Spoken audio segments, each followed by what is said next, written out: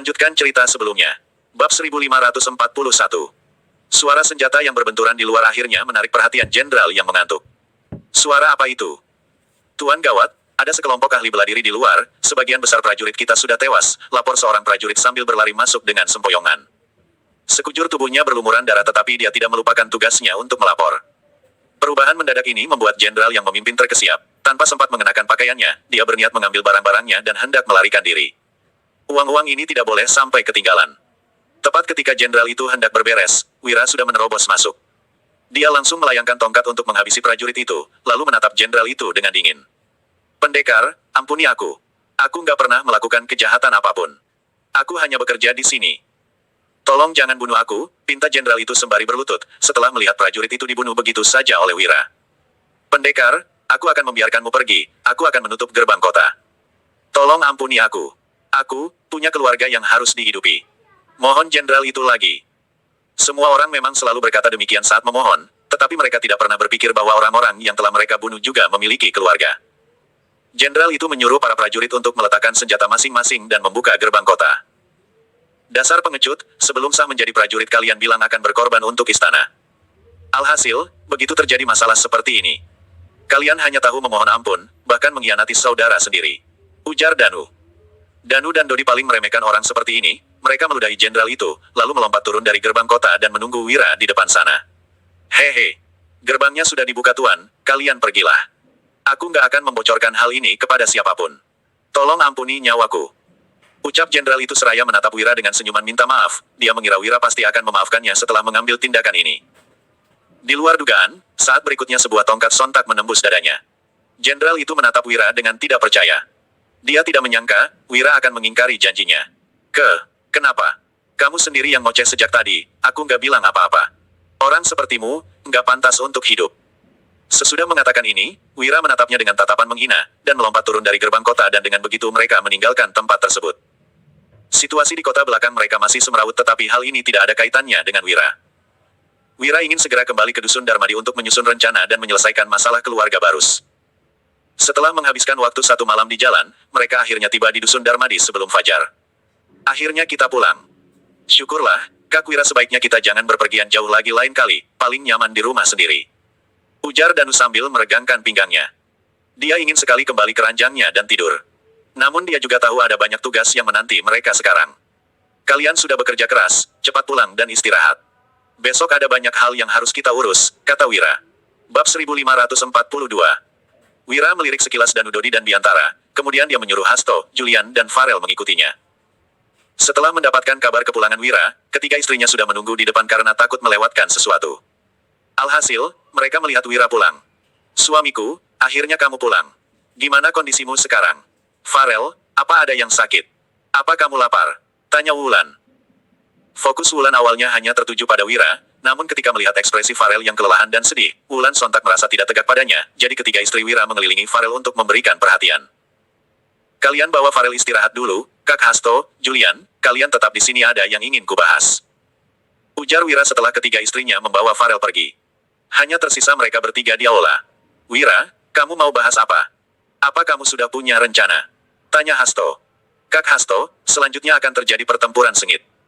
Aku tahu aku terkesan kurang sopan kalau menyuruhmu ikut serta, untuk pertempuran kerajaan seperti ini, tapi aku nggak punya cara lain. Ujar Wira. Bagaimanapun, Hasto adalah orang Sekte Langit. Jika ikut campur dalam pertempuran ini, itu berarti bukan hanya Sekte Gunung yang melanggar kesepakatan tetapi Sekte Langit juga. Hasto mengira ada masalah besar apa, ternyata hanya masalah sepele. Sejak mendapatkan surat dan memutuskan untuk datang, dia telah membuat persiapan ini. Dasar. Ini bukan masalah yang seharusnya kamu khawatirkan, kamu seharusnya memikirkan cara untuk mengatasi masalah keluarga Barus dan menstabilkan kerajaan, sahut Hasto sambil menepuk punggung Wira untuk menyadarkannya. Wira tentu tahu, dia memikul tanggung jawab besar, tetapi tetap merasa bersalah. Pada Hasto. Wira, kamu harus tahu, Sekte Gunung yang melanggar kesepakatan terlebih dahulu. Sekte Langit hanya melindungi dunia ini dari niat jahat mereka. Jadi kamu nggak perlu merasa bersalah. Selain itu, Tuan Juan akan segera tahu ketika saat itu tiba, Sekte Langit dan Sekte Gunung akan bertempur. Tambah Hasto yang memberi isyarat agar Wira tidak perlu cemas. Mendengar ini, Wira mengangguk lalu menatap Julian, dan berkata, Terima kasih sudah membantu beberapa hari ini, tanpa bantuanmu, semuanya nggak mungkin berjalan selancar ini. Wira berjalan ke depan Julian, dan menggenggam tangannya dengan lembut. Julian pun tersenyum, sementara itu, Hasto menyela. Sudah. Aku sangat lelah beberapa hari ini, aku mau istirahat nggak mau melihat kalian bermesra-mesraan. Hasto pun menghempaskan tangannya dan pergi, di sisi lain, Wira dan Julian juga kembali ke kamar untuk beristirahat. Keesokan paginya, Biantara mengetuk pintu kamar Wira. Wira tidak marah karena diganggu, dia hanya menyuruh Julian untuk tidur lagi, lalu bangkit untuk memeriksa keadaan di luar. Begitu membuka pintu, tampak Biantara yang gugup. Wira menyuruhnya untuk berbicara. Biantara melaporkan, kepada Wira jaringan mata-matanya mendapatkan informasi, katanya kerajaan Beluana akan segera menyerang kerajaan Nuala. Aku nggak ngangka mereka akan bertindak secepat ini, apa yang harus kita lakukan sekarang? Sesudah mendengar ini, Wira pun mengerti. Dia juga tidak menyangka, Ciputra akan terburu-buru seperti ini. Mereka baru menyelamatkan Farel, tetapi istana sudah ingin menyerang kerajaan Nuala. Bab 1543. Apa ada pergerakan di kerajaan Nuala? Tanya Wira. Untuk sementara ini, nggak ada. Mereka, terlihat nggak peduli dengan masalah ini. Sahut Biantara. Wira merasa bingung, jelas-jelas pertempuran sudah akan terjadi mengapa kerajaan Nuala tidak membuat persiapan. Sepertinya ada rahasia yang tidak bisa diselidiki oleh Biantara. Itu berarti, Wira harus menanyakannya kepada orang itu.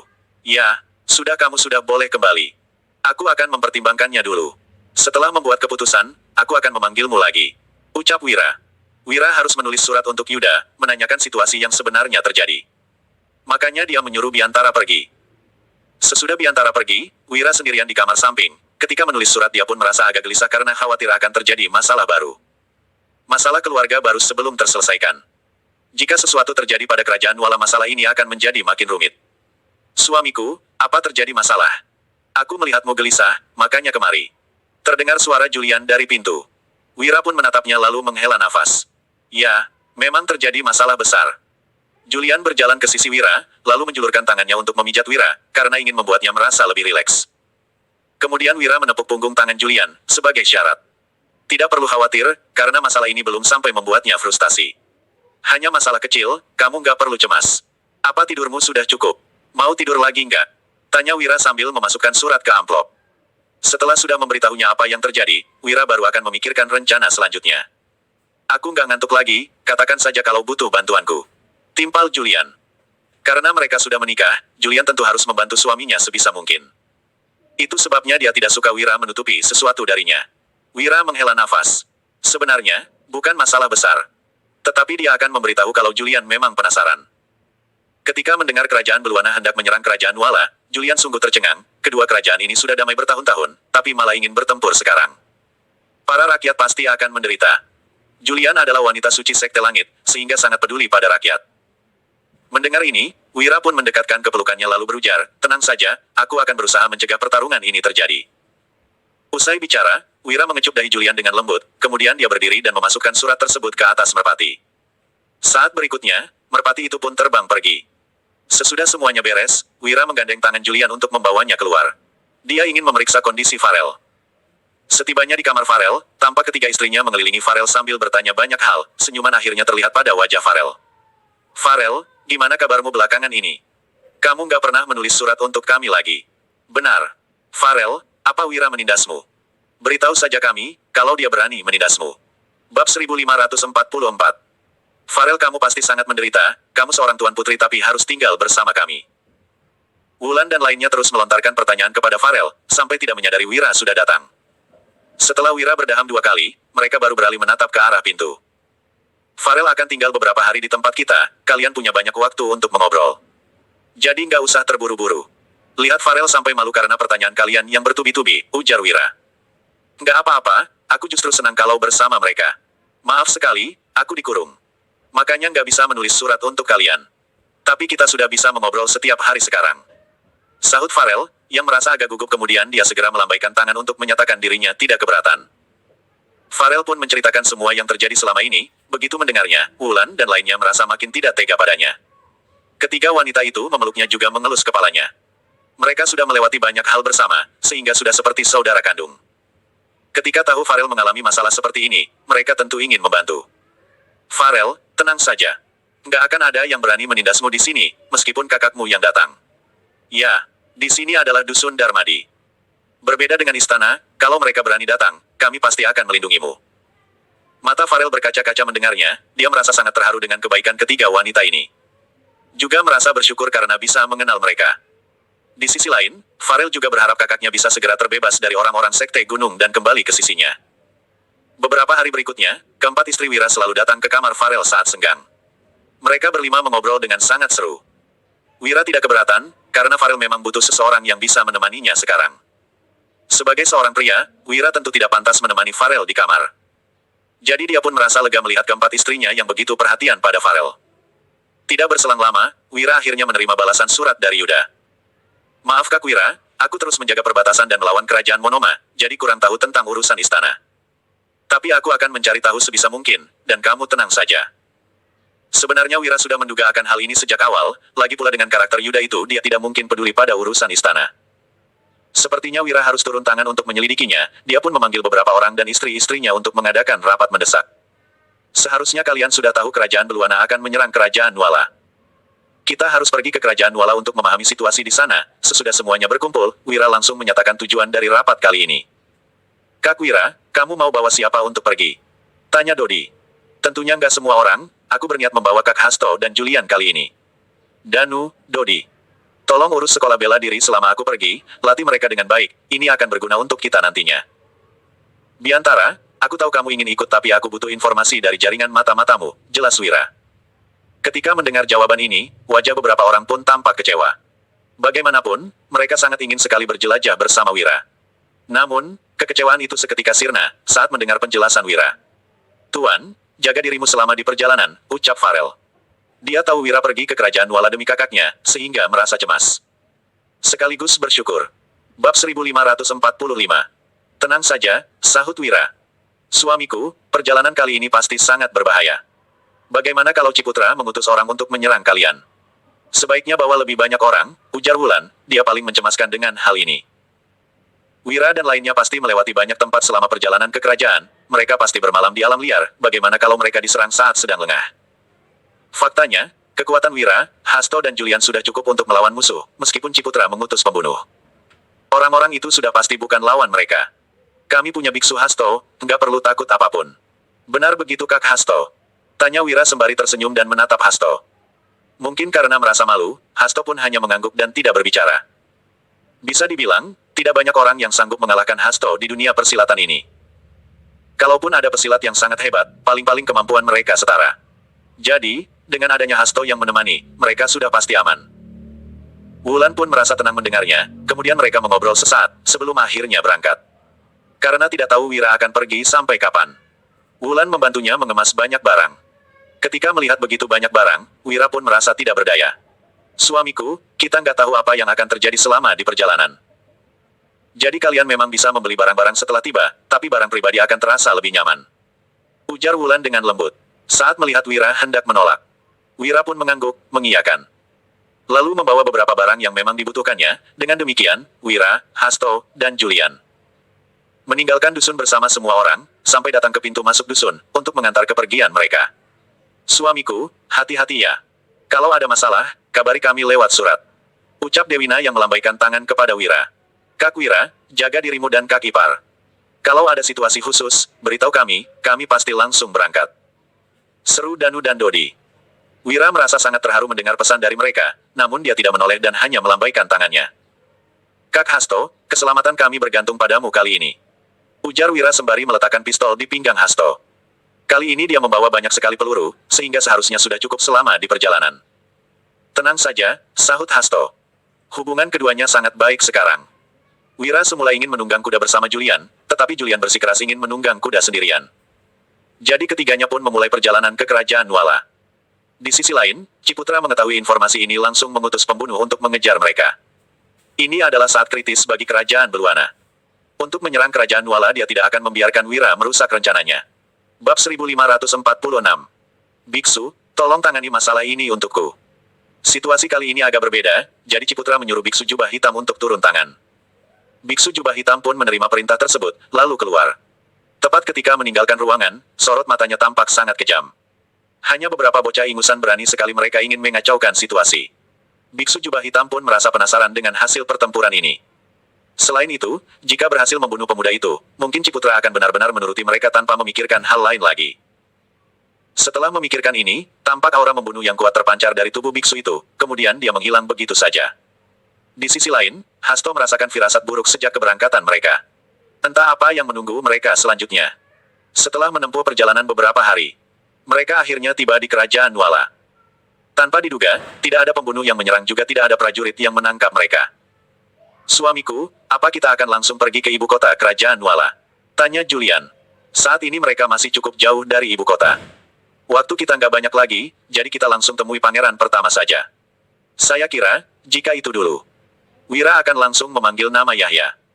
Namun, kini mereka berada di kerajaan Nuala, sehingga lebih baik berhati-hati. Beberapa saat kemudian, mereka sampai di gerbang istana.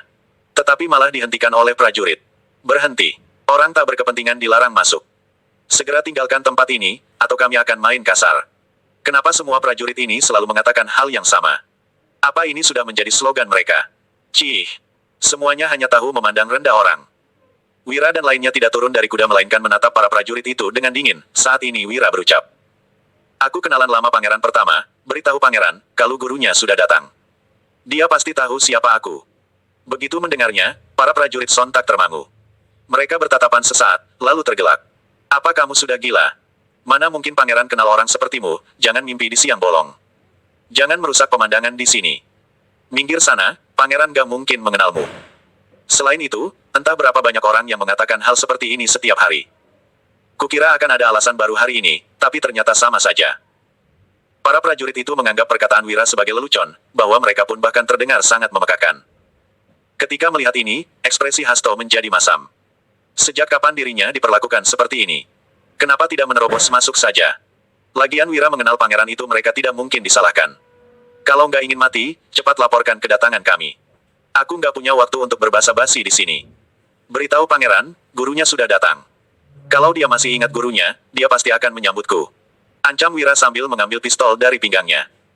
Begitu Wira mengarahkan pistol ke kepala prajurit itu sontak ketakutan hingga kakinya melemas. Dia tentu tahu senjata itu, sehingga merasa nyawanya bisa melayang kapan saja. Setelah prajurit itu memberi perintah, bawahan di sampingnya segera masuk untuk melapor. Tak lama Yahya akhirnya keluar, begitu melihat wajah familiar itu, dia langsung menyambut dengan antusias. "Guru, aku nggak ngangka kamu akan datang secepat ini, aku sebenarnya ingin menjemputmu, tapi terjadi begitu banyak masalah. Untung guru datang." Bab 1547. Sambil berbicara, Yahya menghampiri Wira dan hendak memeluknya. Melihat ini, Wira pun turun dari kudanya. Dan Wira tidak bisa mengobrol seperti biasa lagi dengan Yahya, karena muridnya ini sudah berbeda sekarang. "Pangeran, sebaiknya kita mengobrol di dalam saja," ujar Wira. Ketika mendengar nada bicara yang terdengar asing ini, Yahya tertegun sejenak. Tetapi segera sadar kembali. "Baiklah, silakan masuk guru," sahut Yahya. Dia tidak memperhatikan Julian dan Hasto yang berada di samping, karena hanya fokus pada Wira. Waktu itu Wira telah bersusah payah untuk menyelamatkan Yahya, alhasil, Yahya malah kembali ke kerajaan Nuala sekarang. Ketika melihat para prajurit yang terperangah, Wira hanya mendengus sinis, dan menyerahkan kuda kepada mereka, kemudian dia membawa Julian dan Hasto masuk. Kerajaan Nuala sepertinya sudah berubah, tetapi sepertinya tidak juga. Sesampainya di kamar, Yahya pun mempersilahkan Wira dan lainnya untuk duduk. "Guru, duduklah. Aku akan menyeduh teh untuk kalian." Meskipun Yahya berusaha menunjukkan bahwa dirinya masih sama seperti dulu, Wira bisa melihat bahwa tatapannya tidak lagi seperti sebelumnya. Melainkan terlihat agak kejam dan tajam. Wira menghela nafas melihat ini. Dia bertanya, "Kenapa kamu nggak menjual bakso sapi saja, malah kembali ke istana? Bukannya kamu bilang nggak ingin terlibat dalam perebutan tahta lagi? Kenapa tiba-tiba berubah pikiran?" Yahya agak terkejut mendengarnya, setelah meletakkan teko dengan perlahan, dia mendongak dan menatap Wira dengan dingin sambil membalas. "Guru, kamu juga tahu ada darah bangsawan yang mengalir di tubuhku. Posisi ini awalnya adalah milik ayahku, jadi jika aku berhak mendapatkannya, kenapa harus menolak?" Wira tidak menduga akan jawaban ini, siapa sangka anak laki-laki yang begitu ingin terbebas dari perebutan tahta waktu itu tiba-tiba menjadi seperti ini. Apakah Yahya mulai mengincar tahta ya? Siapa juga yang tidak ingin menjadi penguasa, begitu menjadi penguasa? Seseorang bisa melakukan apa saja. "Kamu benar-benar berpikir seperti itu?" tanya Wira, yang sulit mempercayainya. Dia ingin memastikan terlebih dahulu sekaligus memberi Yahya kesempatan. "Guru, aku serius. Karena posisi ini milik ayahku, aku yang paling berhak untuk mendapat kekuasaan. Jadi aku seharusnya kembali." Selesai melontarkan ini, Yahya menunduk dan menuangkan teh untuk Wira. Makna dari teh ini sangat jelas, yaitu Yahya masih menganggap Wira sebagai gurunya, tetapi dia juga pangeran kerajaan Nuala. Wira tidak meminum teh itu, dia tidak tahu harus bersikap seperti apa terhadap Yahya. Di sisi lain, Hasto yang terus mendengarkan sejak tadi hanya tersenyum mengejek. Anak ini tidak ada bedanya dengan orang lain. Mereka sama-sama serakah. Begitu memiliki keserakahan seperti ini pasti akan terjadi pertempuran berdarah. Sesaat kemudian Wira bangkit dan berniat untuk pergi, tiba-tiba Yahya memanggilnya. Guru, kamu nggak ingin tinggal di sini? Bab 1548. Untuk apa? Tanya Wira. Guru, kamu bisa membantuku. Kita sama-sama memerintah dunia ini. Ya, aku tetap akan menjadi muridmu, setelah menjadi penguasa. Sahut Yahya. Wira perlahan-lahan memejamkan mata saat mendengar omong kosong ini. Kenapa bisa menjadi seperti ini? Apa yang sebenarnya terjadi? Dan siapa yang menghasutnya? Wira tidak ingin berlama-lama di sini, dia tidak ingin melihat Yahya yang dulunya polos berubah menjadi sekejam ini. Nggak perlu, lagian kamu sudah sangat berbeda sekarang. Nggak seperti muridku yang dulu lagi. Jelas Wira. Kemudian dia berbalik membawa Julian dan Hasto meninggalkan kamar tersebut. Sesudah meninggalkan istana, Wira memejamkan matanya, merasakan angin sepoi-sepoi, tapi amarah dalam hatinya masih belum mereda. Julian berjalan ke sisi Wira, dan menepuk punggungnya 2 kali, sebagai isyarat untuk menenangkan. Tidak ada yang ingin masalah seperti ini terjadi. Setelah mengambil kuda mereka, Wira membawa Julian dan Hasto ke tempat Jihan. Begitu melihat Jihan, Wira pun terkejut. Karena wanita ini tampak begitu lesu, tidak ada lagi karisma seperti dulu. Setelah mengobrol sesaat, Wira baru tahu bahwa Jihan tidak memiliki kekuasaan apa-apa lagi. Meski masih memiliki jabatan, Jihan pun tidak menyangka bahwa Yahya akan begitu hebat. Aku sudah lelah, gak ingin terlibat dalam perselisihan lagi. Biarkan saja dia mengambil posisi itu. Yang penting, aku dan anakku selamat. Lagi pula, dengan situasi sekarang aku nggak bisa meminta bantuan dari siapapun. Ucap Jihan dengan lemas. Wira merasa tidak tega melihat temannya menjadi seperti ini, semua ini pasti ada kaitannya dengan kelompok yang berada di belakang mereka, baik Ciputra ataupun Yahya, mereka pasti dihasilkan oleh seseorang. Jika yang menghasut Ciputra adalah Sekte Gunung, lantas siapa yang menghasut Yahya? Kenapa Yahya tiba-tiba bisa jadi sehebat ini? Apa ada yang menghasutnya atau membantunya? Tanya Wira. Jihan berpikir sesaat, lalu mengangguk. Benar, seharusnya ada yang membantunya. Ada banyak ahli bela diri yang melindunginya. Kemanapun mereka semua benar-benar luar biasa. Bahkan ada yang bisa membantunya menyusun rencana. Hal ini sesuai dugaan Wira. Sepertinya, ada yang mengendalikan situasi dan sengaja membuat kedua kerajaan berperang, namun apa tujuan mereka? Begitu memikirkan Ciputra dan Yahya yang dimanfaatkan oleh penjahat. Wira merasa sangat gusar. Hanya saja emosi seperti ini tidak berguna, yang paling penting untuk sekarang adalah menangani masalah ini. Sesudah memahami banyak hal dari Jihan, Wira dan lainnya bangkit untuk pergi. Tiba-tiba Jihan memanggil Wira, karena ingin mengatakan sesuatu padanya. Aku nggak tahu apa yang sebenarnya terjadi. Tapi orang-orang itu sudah pasti berniat jahat. Tolong nasihati Yahya, supaya dia nggak berperang dengan kerajaan Beluana. Para rakyat akan menderita karena peperangan ini. Bagaimanapun, rakyat adalah yang paling penting. Ucap Jihan dengan tulus. Wira tidak menoleh, dan hanya mengangguk. Dia tentu memahami hal ini, tetapi perang ini mungkin tak terelakkan lagi. Bab 1549. Setelah meninggalkan kediaman Jihan, wajah Wira tampak sangat murung. Melihat ini, Julian pun merasa cemas. Perang akan segera dimulai, siapa yang akan dibantu oleh Wira? Apa rencanamu sekarang? Tanya Hasto. Wira merenung sesaat lalu mengernyit sambil membalas. Belum ada, rencanaku jadi kacau karena perubahan mendadak ini, aku harus menyusun rencana ulang. Mendengar ini, Hasto menepuk bahu Wira, untuk menghiburnya. Tidak ada yang ingin situasi seperti ini terjadi, selain itu, bukan hanya Wira yang merasa sedih atas situasi ini. Jam makan telah tiba, mereka datang ke sebuah penginapan bukan hanya untuk makan, mereka juga bisa mendapat informasi di sini. Kalian sudah dengar belum? Kerajaan Beluana sepertinya sudah mengirim pasukan ke kerajaan Nuala.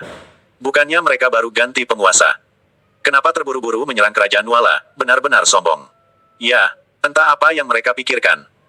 Parahnya, kerajaan Nuala juga sedang kacau, semua pangeran ingin menjadi raja baru. Pangeran yang baru kembali itu juga susah sekali dihadapi. Wira makan sembari mendengar obrolan orang-orang itu, tetapi tidak ada informasi yang berguna, semua itu hanya gosip yang sudah diketahui oleh Wira. Sesudah makan beberapa suap, Wira meletakkan peralatan makannya. Melihat ini, Julian tidak tahu harus bagaimana membujuknya. Semua rencanaku jadi kacau setelah dunia persilatan ikut campur masalah perebutan tahta. Ucap Wira tiba-tiba. Ini adalah perkataan yang sangat ingin dilontarkannya sejak tadi. Hasto dan Julian pun hanya mendengar Wira mengeluarkan unek-uneknya. Aku awalnya hanya ingin menjadi orang kaya di Provinsi Lowala, untuk melindungi wilayahku dengan baik dan berhubungan baik dengan semua kerajaan. Tanpa diduga, malah terjadi perubahan sebesar ini. Lanjut Wira. Mendengar ini, Hasto menyuruh pelayan mengambil arak. Aku tahu, kamu sedang pusing, ayo. Kita minum sambil ngobrol. Pelayan segera meletakkan sekendi arak di hadapan mereka, Wira pun mengambil dan menuangkan ke gelasnya. Dia tetap terlihat santai saat minum, tidak seperti orang yang panik. Ketika membawamu ke Sekte Langit, aku awalnya berniat menyuruhmu tinggal di sana, kemudian kita bisa membawa ketiga istrimu dan sahabatmu ke sana, siapa sangka baru beberapa hari berlalu. Situasi sudah menjadi begitu kacau, ujar Hasto sambil bersulang dengan Wira. Benar, aku akhirnya bisa hidup santai. Tapi sekarang harus terlibat dalam perebutan tahta lagi. Timpal Wira. Kini kerajaan Beluana dan kerajaan Nuala berebutan tahta, yang berarti semua wilayah akan ikut terlibat. Wira memiliki hubungan baik dengan semua kerajaan. Orang-orang itu pasti akan mengirim utusan untuk membentuk aliansi dengannya. Wira tentu tidak akan menerima tawaran seperti itu. Namun demi keuntungan sendiri, dia harus memilih dengan baik. Dia harus memilih salah satu pihak atau menolak semuanya. Wira, kita nggak bisa mendapat informasi apapun di kerajaan Nuala, gimana kalau kita kembali ke Dusun Darmadi saja? Usul Hasto. Bab 1550. Wira mengangguk menyetujui. Keduanya sangat kuat minum sehingga menghabiskan arak itu. Julian merasa agak cemas, jadi terus berdiri di sampingnya. Kalau Wira merasa pusing, dia bisa langsung menangkapnya. Siapa sangka Wira bukan hanya berdiri dengan tegak tetapi juga berbicara dengan sangat jelas. Setelah selesai makan, mereka bertiga pun bersiap-siap untuk kembali ke Dusun Darmadi, masing-masing memikirkan hal yang berbeda selama di perjalanan. Wira berpikir kepada siapa dirinya harus berpihak dan jalan apa yang harus diambilnya, Julian hanya mengkhawatirkan kondisi Wira. Sementara itu, yang dipikirkan Hasto adalah Sekte Langit dan Sekte Gunung. Sekte Gunung adalah pihak pertama yang melanggar kesepakatan, mereka mulai ikut campur dalam urusan istana. Pasti karena memiliki ambisi. Jadi, Sekte Langit tidak boleh berpangku tangan. Bagaimanapun, mereka semua adalah orang dunia persilatan. Kemampuan kedua belah pihak juga bisa dibilang setara, secara alami tidak boleh membiarkan Sekte Gunung mendominasi. Dalam perjalanan kembali ke Dusun Darmadi, mereka bertemu Biksu Jubah Hitam. Akan tetapi dia tidak menampakkan diri, melainkan berbicara dari balik pepohonan. Aku kira harus pergi ke kerajaan Nuala untuk mencari kalian. Tapi kita malah bertemu di sini. Jangan-jangan kalian ditolak ya? Sebaiknya jangan ikut campur masalah ini, kalian gak akan sanggup. Pekik Biksu Jubah Hitam. Begitu mendengar suara ini, Wira dan lainnya pun berhenti sembari mengamati sekeliling dengan waspada. Namun mereka tidak menemukan siapa-siapa. Siapa kamu? Keluarlah. Tanya Wira tanpa menanggapi perkataan Biksu Jubah Hitam. Biksu Jubah Hitam itu tidak bodoh, dia datang sendirian hari ini, sehingga tidak akan menampakkan diri meskipun yakin dengan kemampuan sendiri, dia tahu Wira memiliki senjata rahasia. Belum lagi kemampuan Hasto setara dengannya. Kalian gak pantas menyuruhku keluar, kalau ingin bertemu denganku. Perlihatkan dulu kekuatan kalian. Sahut Biksu Jubah Hitam. Meskipun berkata demikian, Biksu Jubah Hitam sebenarnya sedang mempertimbangkan siapa yang harus diserangnya terlebih dahulu. Kemampuan Wira dan Julian hampir sama, yang paling sulit dihadapi adalah Hasto. Wira dan Hasto bertatapan, lalu keduanya sontak melompat dari kuda dan mulai mencari. Keduanya berlari, hingga akhirnya menemukan Biksu Jubah Hitam yang bersembunyi di balik pohon. Jubah hitam membuat wajah biksu itu sulit terlihat, namun dari suaranya jelas dia seorang pria tua. Hasto mengamati sesaat dan merasa tidak pernah melihatnya. Dia bertanya, kamu anggota Sekte Gunung, iya. Karena kamu sudah tahu identitasku, aku nggak akan membiarkan kalian selamat. Seru biksu jubah hitam. Dia tidak menduga identitasnya akan diketahui secepat itu, padahal awalnya masih berniat menipu mereka. Biksu baju hitam semula merasa rencananya sudah sangat sempurna, meskipun orang-orang tahu dia adalah ahli bela diri, mereka tidak mungkin bisa menebak Sekte Gunung. Karena, banyak ahli bela diri di sekitar. Karena Sekte Langit sudah ikut campur, dia tentu harus lebih berwaspada. Sombong sekali. Basis kultivasimu paling-paling sama denganku, tapi kamu hanya sendirian, dan kami bertiga. Ucap Hasto. Bab 1551. Hasto mendengus, Julian juga segera berdiri di samping Wira dan Hasto. Ini orang dari Sekte Gunung ya? Bisik Julian di telinga Wira dengan hati-hati. Wira menganggukkan kepalanya, biksu jubah hitam di depannya memiliki aura membunuh yang sangat besar dan kultivasinya terasa kuat sehingga membuat orang merasa sangat tertekan. Melihat pria tua di depan, Julian mengernyitkan alisnya, dia merasa sangat familiar tetapi tidak bisa mengingat di mana dia pernah bertemu dengan biksu jubah hitam. Sekarang mereka sudah tahu pria tua itu adalah orang dari Sekte Gunung sehingga tidak masalah bagi mereka untuk bertarung, karena Sekte Gunung yang terlebih dahulu melanggar kesepakatan. Malah bertemu dengan gadis suci dari Sekte Langit di sini. Sepertinya, kalian sudah berniat ingin ikut campur dengan urusan kerajaan hanya belum tertangkap itu saja. Setelah melihat bulian biksu jubah hitam itu langsung berbicara dengan nada sinis. Wira mengerti biksu jubah hitam berniat untuk menyalahkan mereka. Dengan cara ini, biksu baju hitam bisa menyatakan kepada publik bahwa Sekte Langit yang ikut campur dengan urusan kerajaan terlebih dahulu. Sehingga Sekte Gunung baru bisa berhubungan dengan orang-orang di kerajaan. Nggak perlu menyeretku ke dalam hal ini. Nggak ada hubungannya dengan Sekte Langit, kami selalu mematuhi kesepakatan dan nggak pernah melakukan tindakan di luar batasan. Malahan kalian Sekte Gunung yang selalu diam-diam melakukan begitu banyak hal, kalian pikir kita nggak tahu ya? Sebelumnya kami nggak ingin mempermasalahkannya. Tapi sekarang kalian malah berambisi terhadap kerajaan, kenapa kalian berencana menggunakan kemampuan kalian untuk mengendalikan seluruh kerajaan? Saat mendengar berita jubah hitam itu berniat untuk menyalahkan Sekte Langit, hati Julian juga merasa emosi. Ini adalah pertama kalinya Wira melihat Julian begitu mendominasi sehingga hatinya agak bersemangat. Setelah mendengar perkataan Julian, begitu jubah hitam itu menyipitkan matanya dan seluruh tubuhnya mengeluarkan aura membunuh, jelas terlihat dia akan segera bertindak. Wira menarik Julian ke belakang untuk melindunginya, tetapi Julian malah menarik lengannya dan berdiri di sisinya. Kultivasi keduanya sama. Meskipun Julian adalah seorang wanita, dia juga bisa melindungi dirinya sendiri sehingga Wira tidak perlu mengkhawatirkannya. Ketiganya hanya perlu bekerja sama untuk menyerang orang ini saja, yang terbaiknya lagi adalah bisa menangkap orang itu secara hidup-hidup. Setelah melihat gerakan Julian, Wira tersenyum dan berpikir mengapa dia lupa Julian adalah seorang yang sangat berbahaya juga, mungkin karena sekarang Julian adalah istrinya, dan dia tidak berharap wanitanya dalam bahaya sehingga dia secara refleks ingin melindungi Julian. Hanya dengan kalian beberapa orang saja sudah ingin melawanku, sungguh lucu. Ayo, coba saja. Ekspresi biksu jubah hitam itu berubah, lalu segera menghilang dari hadapan ketiganya sebelum Wira dan Julian sempat bereaksi, sosok jubah hitam sudah berada di sisi Wira. Untungnya Hasto segera bereaksi dengan cepat dan segera mengeluarkan pedangnya untuk melawan biksu jubah hitam, sehingga Wira dan Julian selamat. Keduanya segera melompat ke belakang lalu mengeluarkan senjata mereka dan bergabung dalam pertarungan. Baik dalam kemampuan bela diri ataupun fisiknya, biksu jubah hitam itu lebih unggul dari mereka. Hasto juga tidak menyangka pria tua itu begitu sulit dihadapi. Selain itu pria tua itu juga sudah tua dan tulangnya pasti bermasalah, tetapi pria itu juga masih begitu cepat dan gesit. Sosok jubah hitam itu memegang sebuah cambuk yang sangat kuat. Setiap kali cambuk itu menyerangnya, Wira selalu merasa cambuk itu memanjang sendiri.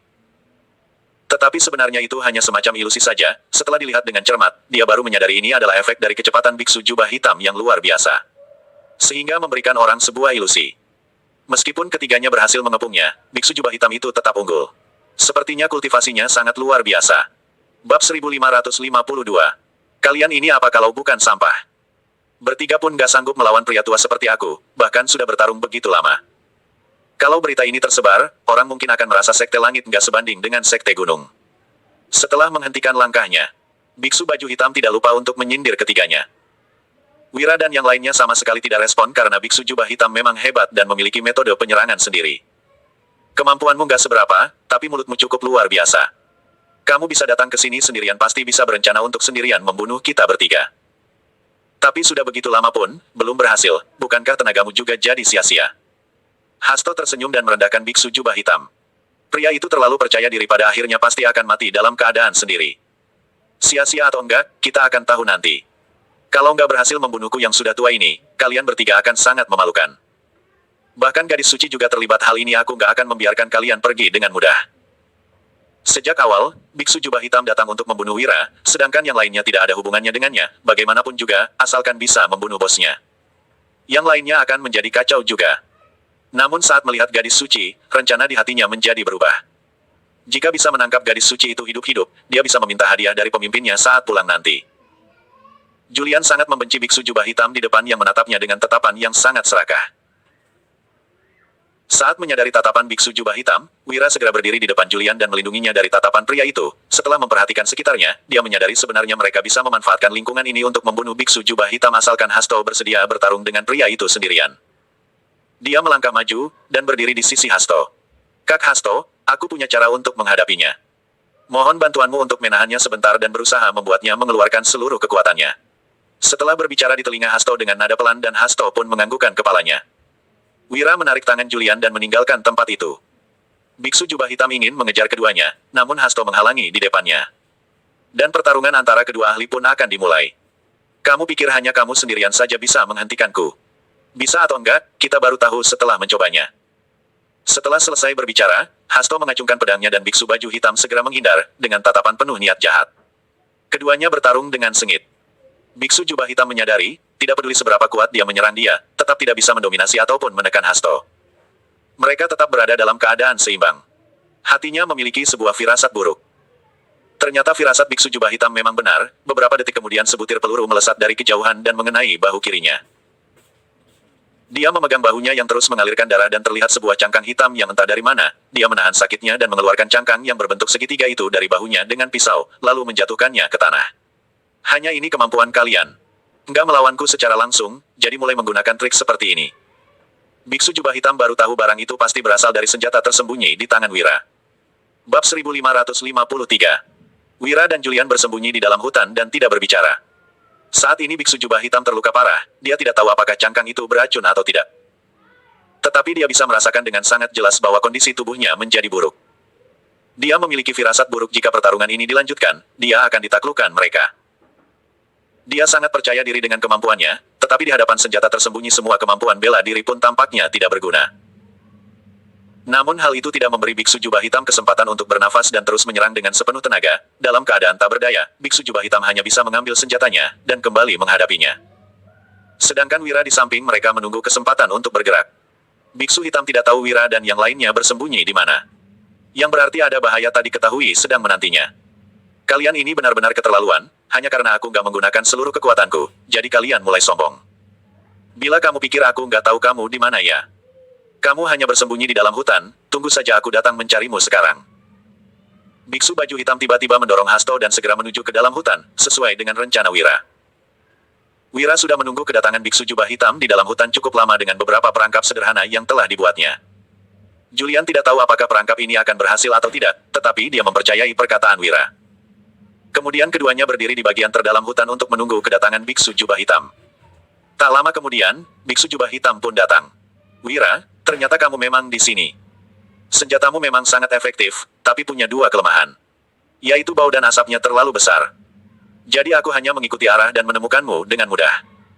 Setelah menemukan Wira dan yang lainnya, biksu jubah hitam merasa sangat puas. Apakah Wira itu merasa dirinya tak terkalahkan? Apakah hanya dengan bersembunyi di kegelapan saja sudah tidak bisa ditemukan? Setelah dilihat sekarang, sepertinya dia lebih unggul dibandingkan Wira. Hasto mengikuti di belakang biksu jubah hitam. Setelah biksu jubah hitam tiba di lokasi itu, Hasto juga tiba. Keduanya kembali bertarung lagi, sedangkan Wira yang berada di samping bersiap untuk menembak. Gerakan serangan keduanya terlalu besar, tak lama kemudian keduanya sudah bertarung di depan Wira dan hanya satu langkah lagi sudah mencapai perangkap. Wira menatap ke arah perangkap itu dengan fokus. Pada detik berikutnya biksu jubah hitam akhirnya menginjak perangkap dan langsung tergantung tinggi di udara. Dia mencoba menggerakkan tubuhnya agar terlepas dari tali itu. Namun dia menyadari tali itu sudah diolesi obat bius khusus. Setelah menyentuh tali itu, tubuhnya menjadi lemas dan tetap tidak bisa melepaskan diri meskipun telah bergerak dengan kuat. Wira dan Julian keluar dari tempat persembunyian mereka di samping, dan berjalan ke hadapan mereka. Hasto tersenyum dingin dan berpikir ternyata ahli yang dikirim oleh Sekte Gunung ini juga tidak begitu hebat. Sepertinya Sekte Langit masih lebih unggul. Kalian ini sama sekali nggak pantas menjadi bagian dari dunia persilatan, mana ada ahli bela diri yang menggunakan trik kecil seperti kalian.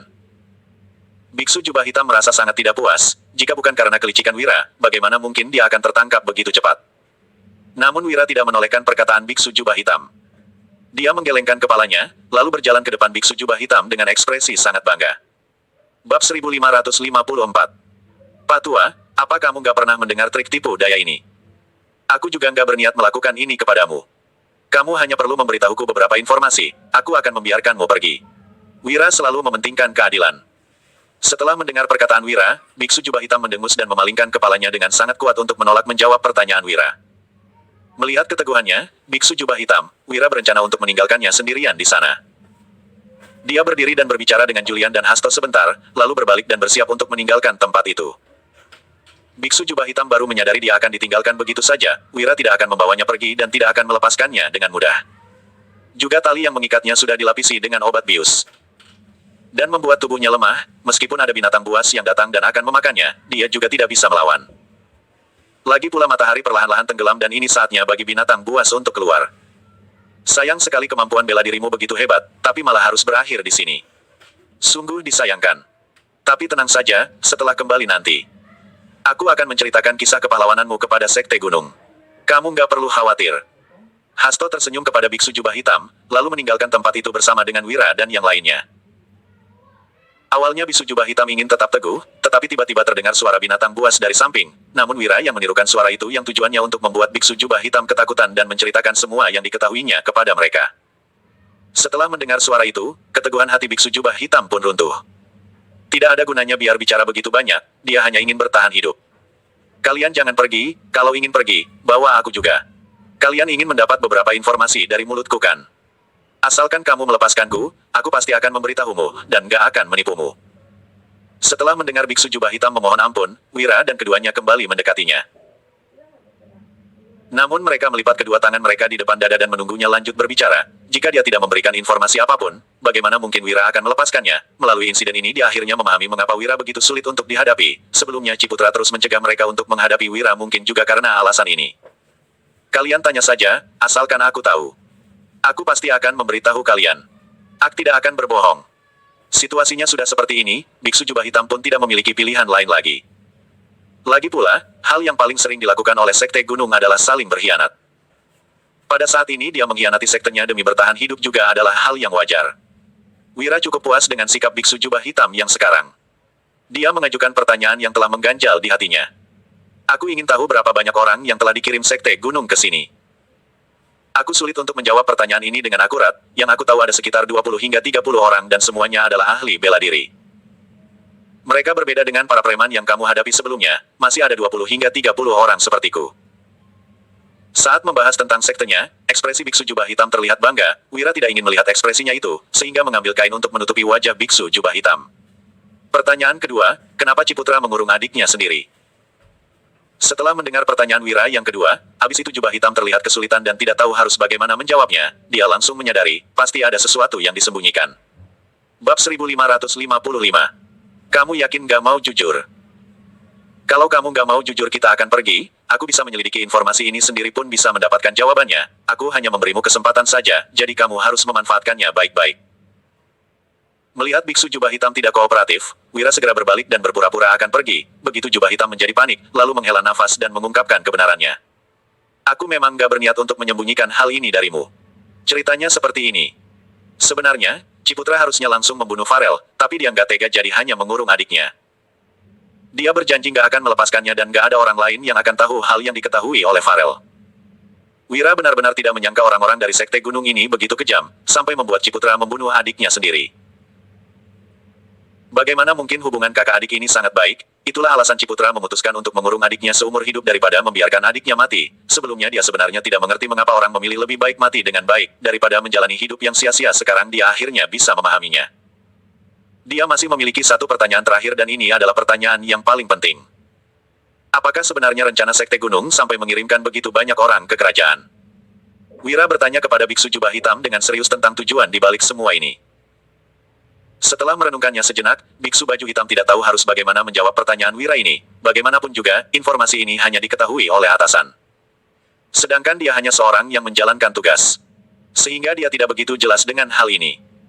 Aku benar-benar gak berniat menyembunyikan hal ini dari kalian, tapi aku benar-benar gak tahu dan harus bagaimana menjelaskannya juga. Aku hanya seorang yang menjalankan perintah yang diberikan oleh atasan, aku hanya perlu mengikuti apa yang mereka katakan dan yang lainnya gak ada hubungannya denganku. Biksu jubah hitam termasuk orang yang setia, tetapi dia terpaksa memilih untuk berkhianat demi kelangsungan hidupnya sendiri. Dia juga tidak tahu apakah dia masih bisa meninggalkan tempat itu dengan aman malam ini.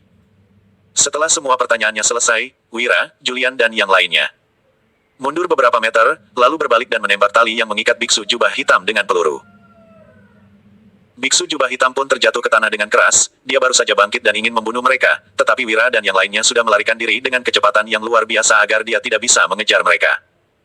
Kali ini dia ada dalam masalah besar karena bukan hanya misinya gagal, dia juga sudah mengkhianati sektenya. Dia mungkin akan sulit untuk bertahan hidup hingga keesokan paginya. Ternyata memang benar, Wira dan yang lainnya baru saja pergi. Ada sekelompok besar orang yang berpakaian hitam tiba-tiba turun dari langit dan mengepung biksu jubah hitam, dia ketakutan hingga berkeringat dingin bercucuran. Dia tahu sekte sudah datang untuk merenggut nyawanya karena dia sudah berkhianat. Kamu ini benar-benar hebat, berani-beraninya memberitahu semua rahasia kita. Apa kamu tahu kesalahanmu? Orang yang memimpin kelompokmu itu mulai menginterogasi biksu jubah hitam. Biksu jubah hitam buru-buru berlutut di tanah dan memohon ampun, dia hanya ingin bertahan hidup, sehingga dia terpaksa mengungkapkan semua hal itu. Dia berpikir pertanyaan yang diajukan Wira juga bukan hal yang paling penting, sehingga dia merasa seharusnya tidak masalah. Bab 1556. Tuan, hamba benar-benar menyesal, hamba nggak berani melakukannya lagi kelak. Hambanya ingin bertahan hidup. Jadi baru memberitahunya hal ini. Kalau hamba tahu hal itu akan berdampak besar bagi sekte, hamba pasti nggak berani membocorkannya. Harap Tuan bisa memberi hamba sebuah kesempatan lagi untuk menebus kesalahan. Biksu jubah hitam langsung berhenti menjelaskan semua alasannya, tetapi beberapa detik kemudian dia langsung mati dan darahnya berceceran di tempat itu. Pemimpin kelompok itu tidak memberikan biksu jubah hitam kesempatan untuk berbicara. Bagaimanapun juga, biksu jubah hitam sudah mengkhianati sekte malah masih ingin menebus kesalahannya. Setelah selesai menangani mayat biksu jubah hitam, target mereka kembali beralih ke Wira. Wira sudah tahu terlalu banyak sehingga mereka harus membunuhnya dan menangkap gadis suci dari sekte langit itu hidup-hidup. Kenapa kalian masih berdiri di sana?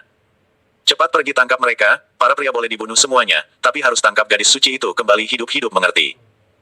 Pemimpin kelompok itu tidak peduli dengan keselamatan yang lainnya. Dia hanya ingin gadis suci itu. Dengan adanya gadis suci di tangan mereka, mereka baru bisa mengancam sekte langit. Sekarang mereka sudah memutuskan hubungan dengan sekte langit. Rencana mereka juga sudah ketahuan, sehingga pertempuran tidak akan terelakkan lagi. Oleh karena itu dia harus menyediakan senjata rahasia mereka terlebih dahulu. Para pria berpakaian hitam yang lainnya berlutut di tanah dan menerima perintah lalu segera menghilang dari sisi pemimpin kelompok itu. Saat ini, Wira dan yang lainnya sudah berhasil kembali ke Dusun Darmadi. Keadaan dusun terasa sangat sepi hari ini, sehingga mereka khawatir dengan keadaan yang lainnya. Begitu turun dari kudanya dan bersiap untuk mendekati halaman kediamannya, Wira tiba-tiba merasa ada yang aneh, keadaan dusun terlalu sunyi hari ini. Pada saat seperti ini, biasanya mereka bisa mendengar suara anak-anak tetapi sekarang tidak terdengar suara sedikitpun. Melihat ekspresi Wira, Julian juga bisa menebak ada sesuatu yang aneh. Dia dan Hasto pun mengikuti di belakang Wira, dan ketiganya maju dengan hati-hati. Wira segera membuka pintu gerbang kediamannya, tetapi tiba-tiba ada banyak senjata tempur jarak dekat yang jatuh dari langit. Jika bukan karena kecerdikannya dia sekarang mungkin sudah mati tertusuk serangan itu. Dia tidak peduli siapa yang mencoba membunuh mereka, karena kebelakangan ini dia sudah menyinggung cukup banyak orang. Bukan hanya Ciputra, dia bahkan sudah menyinggung Yahya.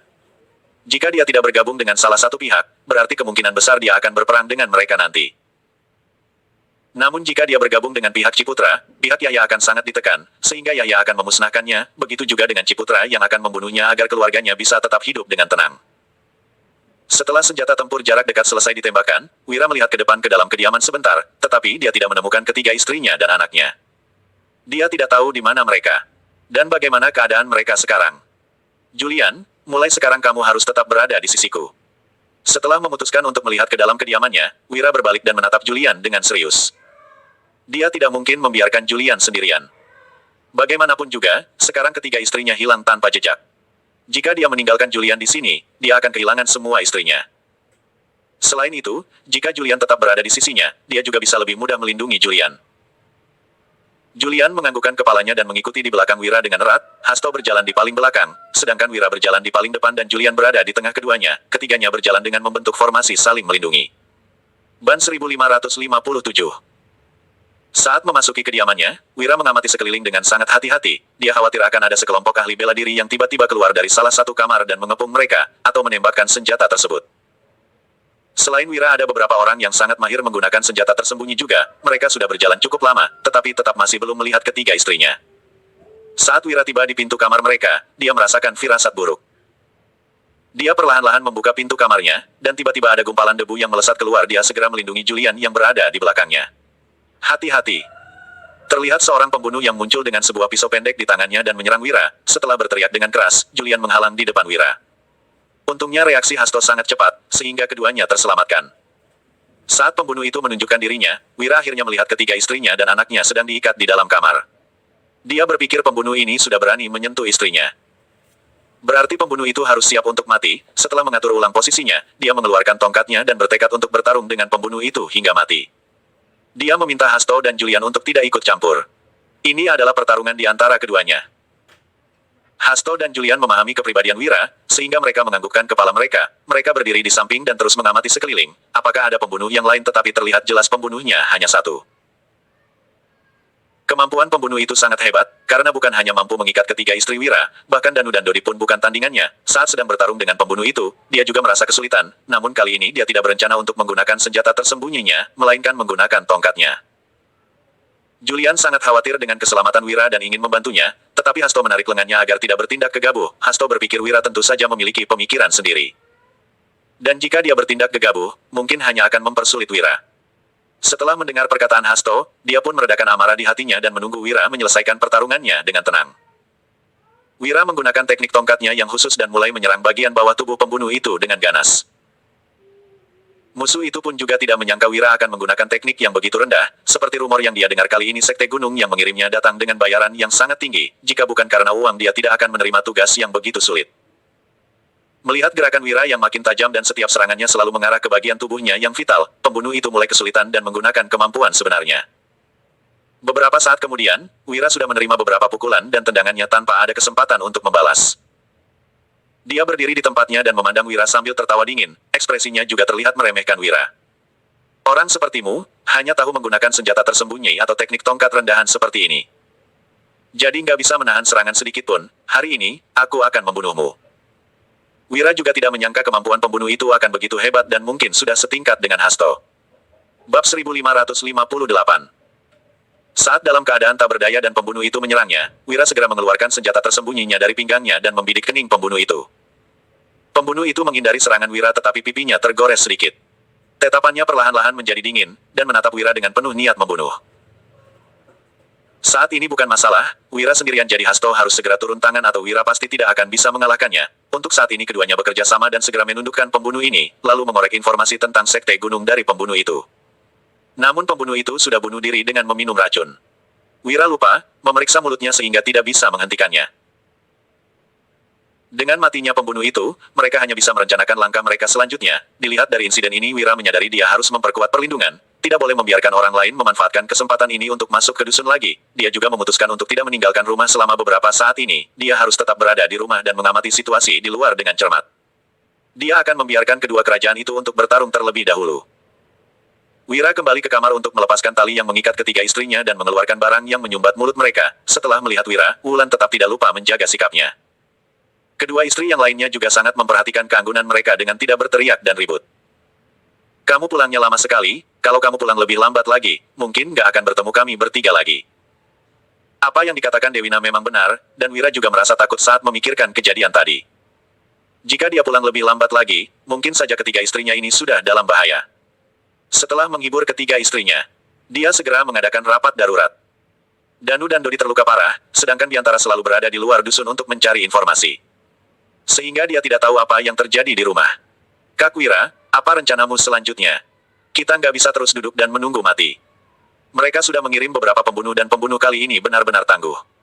Sejak Wira masuk ke istana untuk bertemu dengan Ciputra dan mencuri Farel, orang dari Sekte Gunung sudah mengincar mereka. Mereka tidak bisa menganggap ini hanya sebuah kejadian lagi. Wira mengernyitkan alisnya dan tatapannya menjadi dingin. Aku pasti akan membuat mereka membayar perbuatan mereka. Untuk beberapa saat ini, harap semuanya tenang tetap tinggal di kediamanku dan jangan pergi ke tempat lain. Kalau terjadi sesuatu aku mungkin gak akan bisa mengatasinya. Danu dan Dodi terluka parah dan butuh perawatan di bagian perut. Untuk memastikan keamanan semua orang, Wira menyuruh mereka untuk tinggal di kediamannya. Setelah mengatur semuanya, Wira meminta Biantara untuk memberitahunya informasi yang didapatkannya belakangan ini. Kerajaan Beluana sudah mulai berperang dengan Kerajaan Nuala. Tapi bukan Ciputra yang memimpin pasukannya. Saat semuanya sedang berbicara, Farel tiba-tiba masuk. Dia sedang keluar rumah sehingga tidak tahu apa yang telah terjadi di rumah. Setelah kembali dan melihat keadaan rumah yang kacau dia baru menyadari situasinya dan bergegas masuk melihat semuanya baik-baik saja. Dia akhirnya lega lalu duduk di samping keempat kakaknya. Setelah melihat Farel sudah duduk, Biantara melanjutkan laporannya. Yang memimpin pasukan kali ini adalah adik sepupunya, Ihsan. Orang ini sangat hebat. Wira tentu saja tahu tentang hal itu. Ihsan adalah seorang jenderal tangguh dengan kemampuan bela diri yang luar biasa dan sangat cerdas juga. Bab 1559. Ihsan memang hebat, tetapi kenapa bukan Ciputra sendiri yang memimpin pasukan? Berdasarkan sifat Ciputra, dia pasti akan turun tangan sendiri jika sudah memutuskan untuk berperang dengan Kerajaan Nuala. Dengan demikian, Ciputra baru bisa tenang. Namun sepertinya sekarang Ciputra menyembunyikan sesuatu. Apa Kerajaan Nuala punya cara untuk menghadapi situasi ini? Tanya Wira. Dia mengetuk meja sambil memandang Biantara. Wira tentu pernah mendengar tentang Prabu, dia memang sangat orang yang hebat dan sangat kejam di medan perang. Setelah berhasil merebut sebuah kota, terkadang Prabu akan membantai semua penduduknya agar tidak ada kesalahan apapun. Tidak disangka Ihsan bertarung dengan Prabu. Sepertinya peperangan ini akan memakan banyak korban. Kemudian Wira berpesan kepada Biantara. Cepat utus orang untuk mengawasi situasinya, kalau ada sesuatu yang terjadi, ingat beritahu aku. Kamu harus melapor kepadaku setiap hari. Dengan demikian, Wira bisa memastikan tidak ada kesalahan apapun. Wira harus mengetahui setiap detail yang terjadi di medan perang. Oke. Sahut Biantara, setelah itu dia segera meninggalkan ruang rapat dan memberi perintah kepada bawahannya.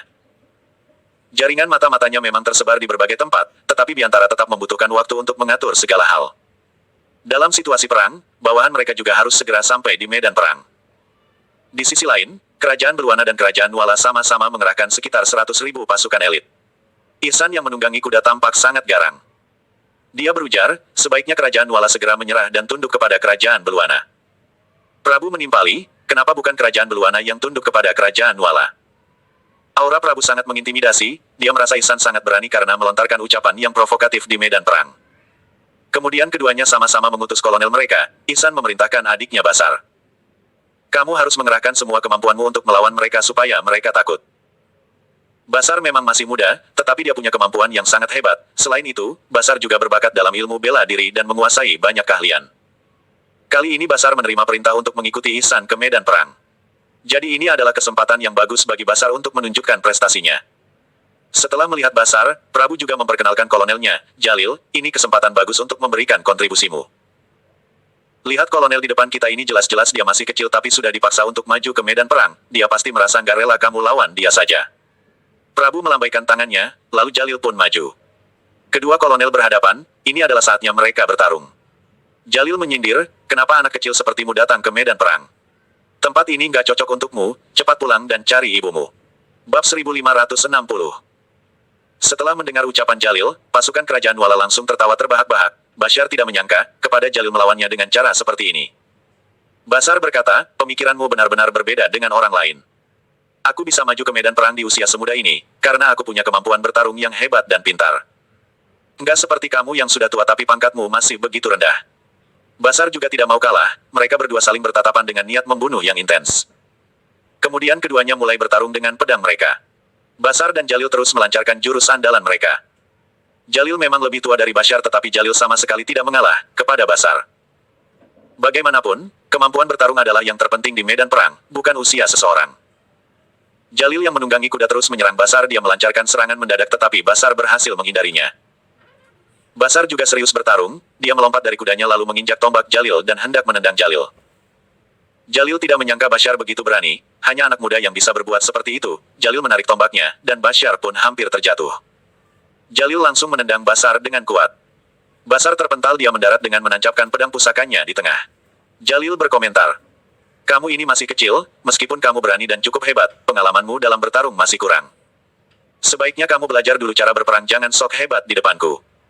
Mendengar perkataan Jalil yang provokatif, Basar tentu merasa kesal, dia melompat dan menyerang Jalil dengan pedang pusakanya.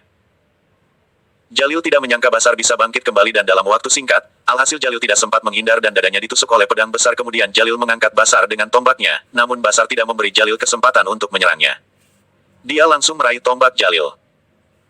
Basar mengabaikan luka di tangannya, dia menusukkan pedang pusakanya ke dada Jalil sambil tersenyum sinis. Keduanya terus bertarung untuk beberapa saat, akhirnya Jalil yang kehabisan banyak darah pun tumbang. Sementara itu Bashar juga terluka parah sehingga dia tidak bisa bertarung lagi. Sepertinya hasil pertarungannya seri, tapi ini hanya permulaan, kamu jangan terlalu bangga. Ujar Prabu yang merasa sedikit tidak rela. Bagaimanapun, dia sudah kehilangan seorang kolonel. Awalnya Prabu menganggap Basar masih kecil, siapa sangka Basar sangat cermat dan berani. Ihsan merasa senang karena pihak Prabu kehilangan seorang kolonel, pasukan Kerajaan Beluana pun makin bersemangat. Ihsan menanggapi. Di medan perang ini kebanggaan itu nggak terlalu penting. Aku ini orang yang murah hati, karena kalian sudah kehilangan seorang kolonel, bagaimana kalau kita berhenti sebentar? Nanti kita baru lanjut perang lagi. Ihsan memandang Prabu dengan ekspresi puas, seolah-olah dirinya sudah memenangkan peperangan. Prabu menatap Ihsan dengan ekspresi garang, namun Prabu memutuskan untuk mundur terlebih dahulu demi pasukannya. Bagaimanapun, dia tidak boleh menganggap remeh lawan atau bertindak gegabah saat di medan perang. Pasukan Prabu pasti kurang bersemangat setelah pihak mereka kehilangan seorang kolonel. Jika sekarang mereka terus berperang, pasukan Prabu pasti akan dikalahkan dengan mudah. Prabu menyetujui saran Ihsan lalu pasukan kedua belah pihak pun mundur. Bawahan Biantara bergegas kembali ke Dusun Darmadi untuk melaporkan hasil pertarungan ini kepada Biantara. Bersambung.